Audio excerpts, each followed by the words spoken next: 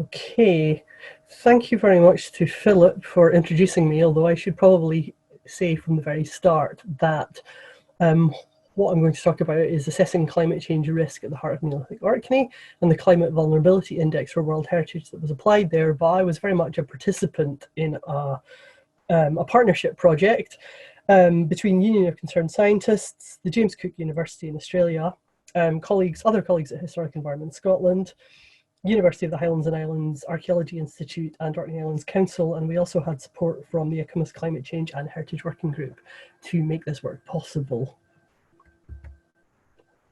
Okay, sorry. Climate change is now recognised as the fastest growing threat to World Heritage properties, with many already experiencing significant negative impacts, damage and degradation. But it's also recognised worldwide as a significant risk really to all heritage and indeed people around the world.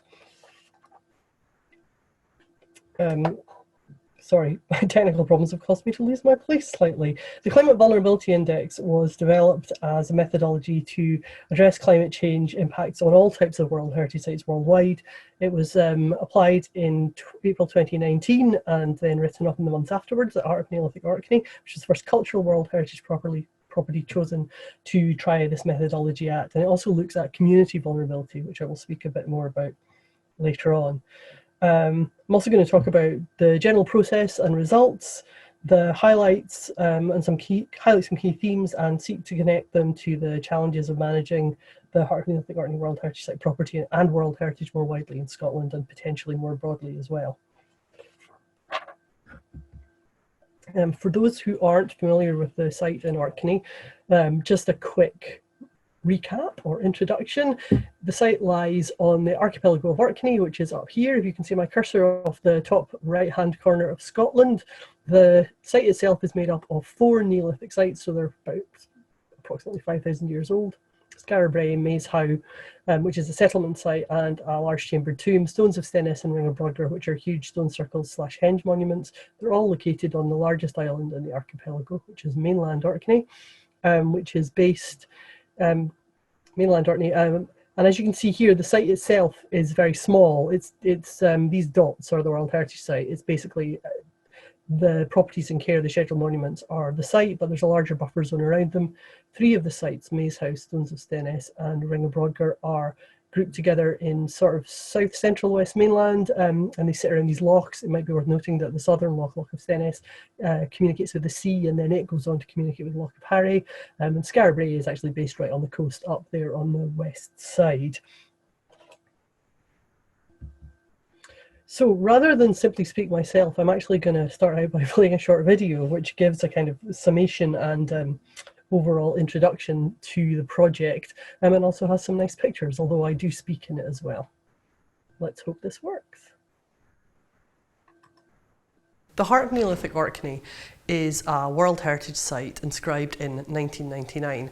The World Heritage Site actually consists of 4 separate monuments. So together these sites represent the breadth of the culture, and they're the expression of a dynamic and accomplished culture which represents one of the most complete and impressive Neolithic landscapes in Western Europe. Orkney was chosen to trial the CVI approach because of the existing understanding of the risk to the site from climate change impacts.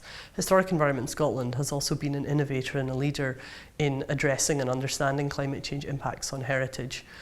In addition, Orkney is the home of the Institute of Archaeology of the University of the Highlands and Islands, who have a research interest in this area. And finally, there has been fantastic support from the ICMOS Working Group for Climate and Heritage. Climate change gives us a number of different threats to the World Heritage Site in Orkney. That can range from anything from sea level rise to changes in precipitation, to extreme weather events, to rising temperatures. And that can impact in quite a number of different ways. Well, the workshop participants identified that the World Heritage Site in Orkney is extremely vulnerable to the pressures of climate change. We identified 3 key climate drivers which we used for the assessment, but we also recognised that there were other climate drivers that we need to do more work on and think about for the future. The overall vulnerability of the outstanding universal value was in the highest category. The community vulnerability was in the middle category, recognising the adaptive capacity of the community on Orkney. Overall, we recognise that climate impacts are increasingly likely to add and compound other issues on the islands, which include increased tourism numbers, infrastructure development and changing agricultural practices. Attending the workshop, we were really pleased to welcome site managers from Ireland, from England, from Scotland. We had the county archaeologists from the other Scottish Isles. We had academics from across the world. And most importantly, we had members of the local community who work with the sites on a daily basis. The Climate Vulnerability Index workshop is at the start of a process of reviewing the Orkney World Heritage Site Management Plan, which is happening this year. Our intention would be to run another workshop in 5 years' time when we next do the revision of the management plan for Orkney. We're also talking to the other World Heritage sites across Scotland so that we run a series of workshops for all sites over the coming years.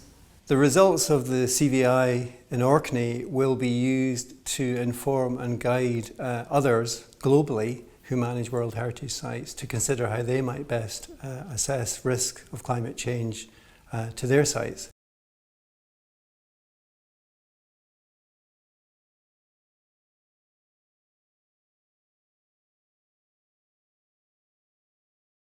Okay, so why go to the trouble of developing a World Heritage specific tool, a Climate Vulnerability Index for World Heritage? So I'm going to go back to the start a little bit here and say that right now, as I speak, there are 1,121 World Heritage Site properties worldwide in 167 different states, parties, nations, basically. They're extraordinarily diverse. Cathedrals, coral reefs, cultural landscapes, historic city centres, and that's just 3 because I quite like alliteration.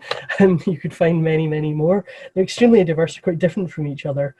But despite their diversity, a large number are recognised as being, if not threatened right now by climate impacts, that they are very likely to be at threat in future. So at present, though, there's really only one international tool for dealing with World Heritage sites that are at risk, and that's the World Heritage in Danger List. But the World Heritage in Danger List is essentially was originally designed to deal with risks to World Heritage sites on a sort of national level. Essentially, it's a sort of international naughty step. The assumption is if you're on the World Heritage Site in Danger that the World Heritage Committee and advisory bodies assume that with sufficient will and or resources, it should be possible to at least ameliorate these impacts. Whereas with climate change, if we go back to 1,191 properties, to put a large percentage of those on the World Heritage List in danger would be unhelpful, pointless, and it's not a tool that is designed to deal with the kind of existential potential impacts of climate change on an international level. So the CVI methodology was looking at a way to respond to this gap and to offer to build a transparent and repeatable tool that could be relatively rapidly applied to sites that are extremely different by looking at basically the susceptibility, the vulnerability of the outstanding universal value of each World Heritage site or World Heritage property to climate change, because that is the one thing that all World Heritage sites have in common. They all have OUV. So essentially what we're trying to do here is to find a way of comparing apples to apples. So the first picture is a diversity of World Heritage sites of many and delicious kinds. But what we want to do is focus in on what they have in common, which is that they're all fruit, and try and figure out how to compare those to one another. Many of you will already be familiar with OUV, but it is worth recapping that basically there are 3 pillars to outstanding universal value, i.e. the reason that sites are deemed to be of World Heritage status. So without OUV, you don't have a World Heritage site. So one of the primary aims of managing a World Heritage site is to protect what makes it of OUV.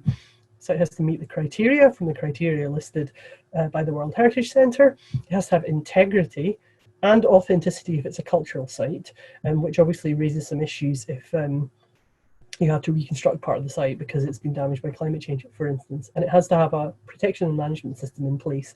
That can be a traditional protection management system. It doesn't have to be a written management plan. So you're managing to protect OUV in the face of potential impacts from climate change, which can lead to something like this. If you lose one of those 3 pillars, do you still have OUV? Are you still a World Heritage site? If one of those pillars is crumbling, what do you do about it? However, while you're managing for these, the World Heritage values that go together to create a singular outstanding universal value, you also have to bear in mind that sites obviously have many other values, regional, local, sometimes national or sort of sub-regional significance, which also have to be managed for. And the UNESCO operational guidelines now very explicitly recognise the need for World Heritage to have a function in the life of the community. Although when you allow that function, including, for instance, tourism access to the sites, you have to make sure that that use does not impact adversely on the protection and management required to preserve the OUV. And all of this is very relevant when you're managing a site for to address climate impacts. So the original CBI project or methodology was developed at a natural World Heritage site called Shark Bay in Australia. And then they were seeking to apply it at another site and Heart of Neolithic Orkney was chosen as the first cultural heritage site to apply this methodology, with the reasons for that were explained in the video, so I won't recap on them here. But yeah, so it was an important next step because it's a question of testing and kind of refining the methodology as we go, and every time the CBI is applied, there's a little bit more kind of discovered about what the pitfalls are, where we could tighten up the process, for instance, how to make sure everyone starts from a similar baseline understanding of the periods that we're discussing and what the science is.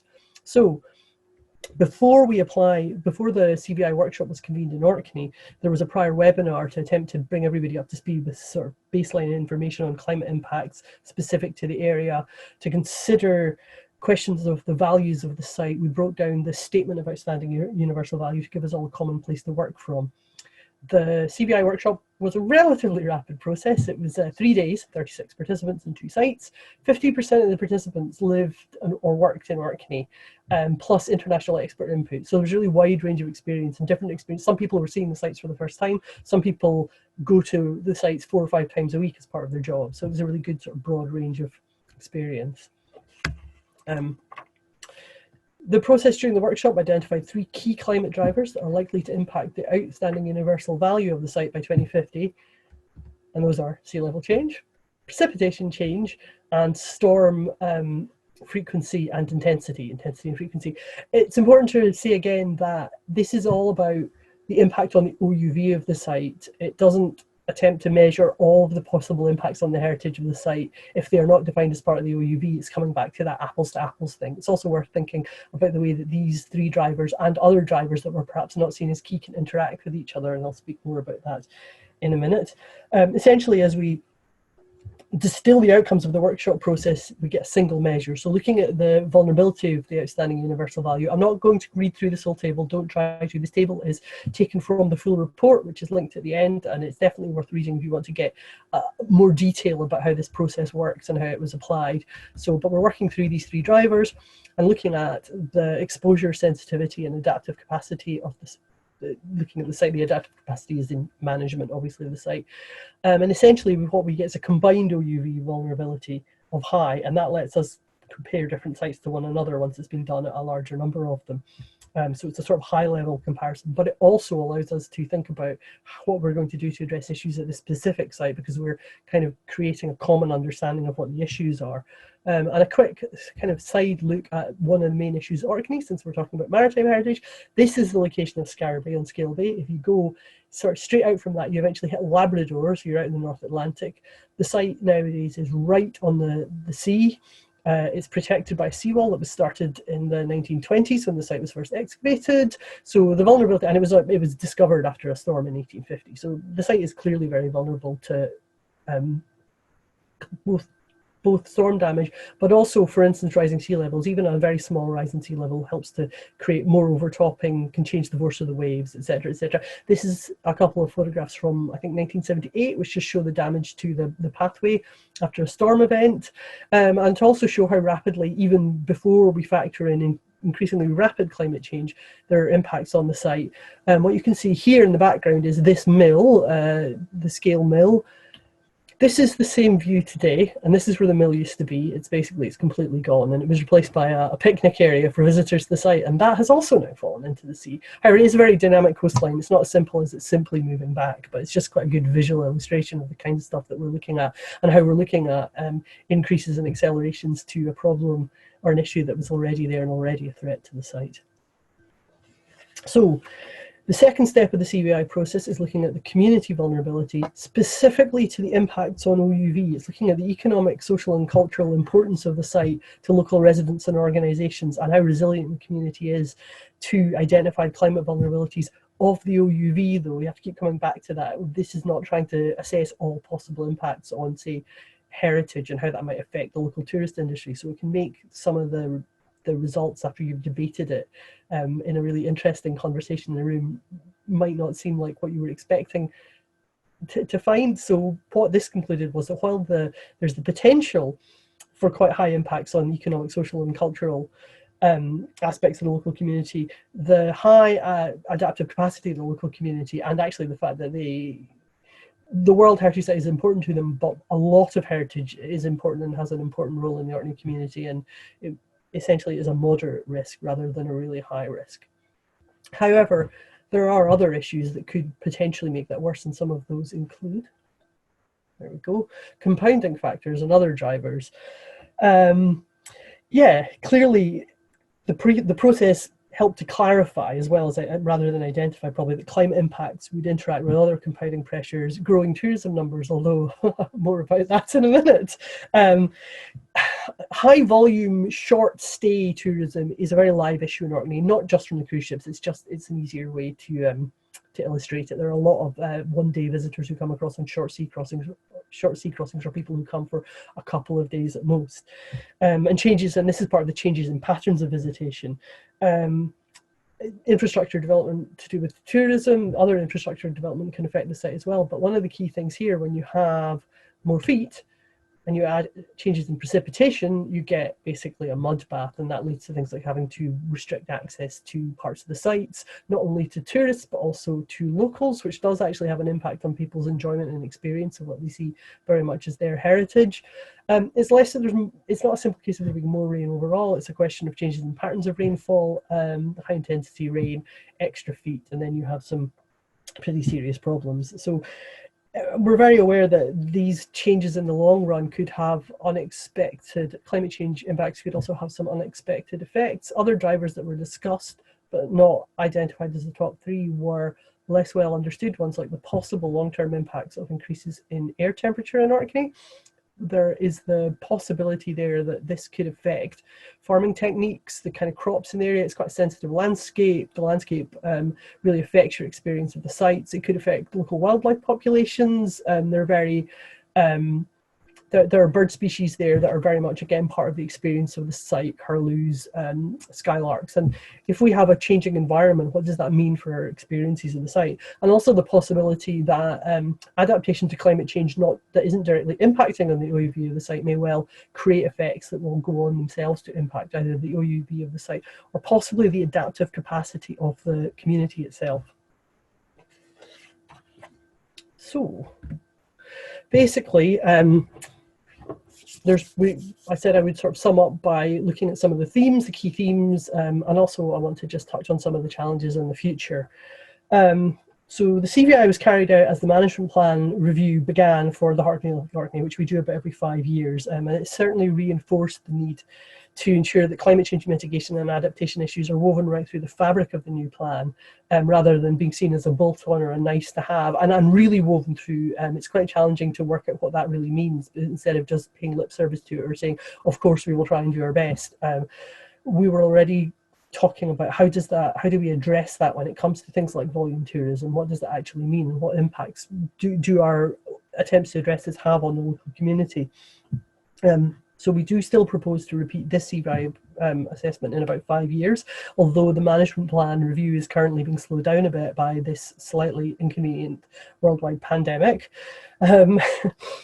We were also found that the process itself worked as a catalyst for wider conversations about climate change and about heritage and loss across quite a diverse group of people and perspectives. There were certainly conversations had during the workshop between people who probably would not have discussed these issues before, and I found that personally really valuable.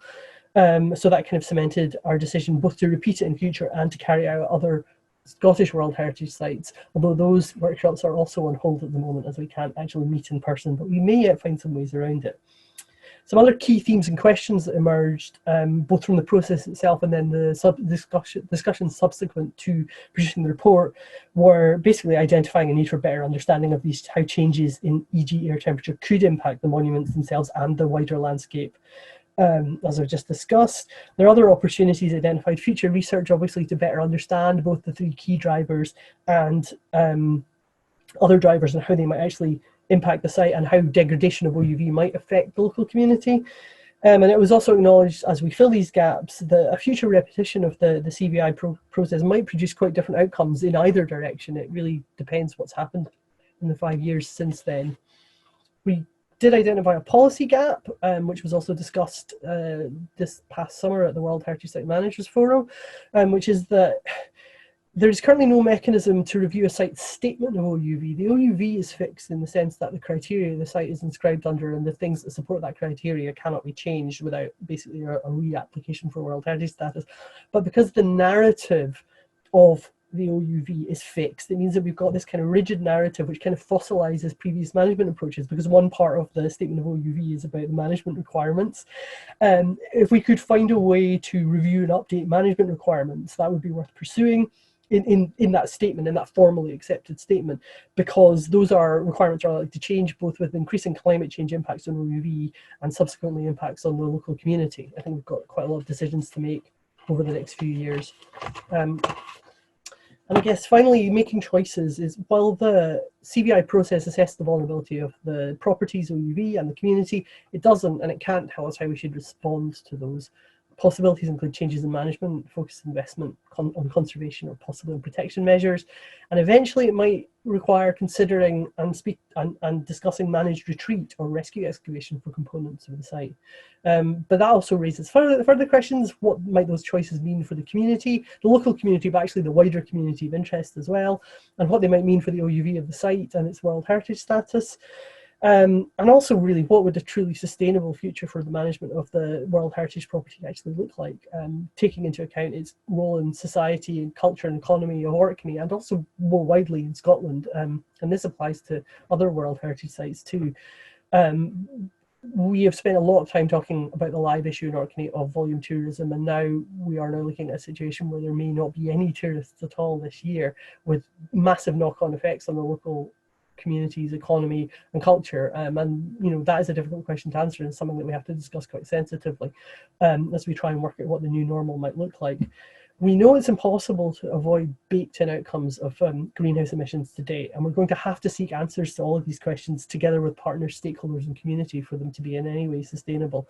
And critically, if we don't take meaningful action on reducing emissions, all of us, I mean, not just the management team here, that are the primary cause of climate change, to maximise protection of World Heritage properties and other sites of significance worldwide, we may have larger problems in future. And that was more or less where I've been planning to end it when I first drafted this paper a couple of months ago. And then things changed again. So I added a very short postscript to say that I drafted this pre-pandemic, basically. And as I revised it shortly beforehand, I felt the need to add that we don't actually know right now what the social, political, economic changes are going to be and are still to come from this new event, and which ones are going to persist.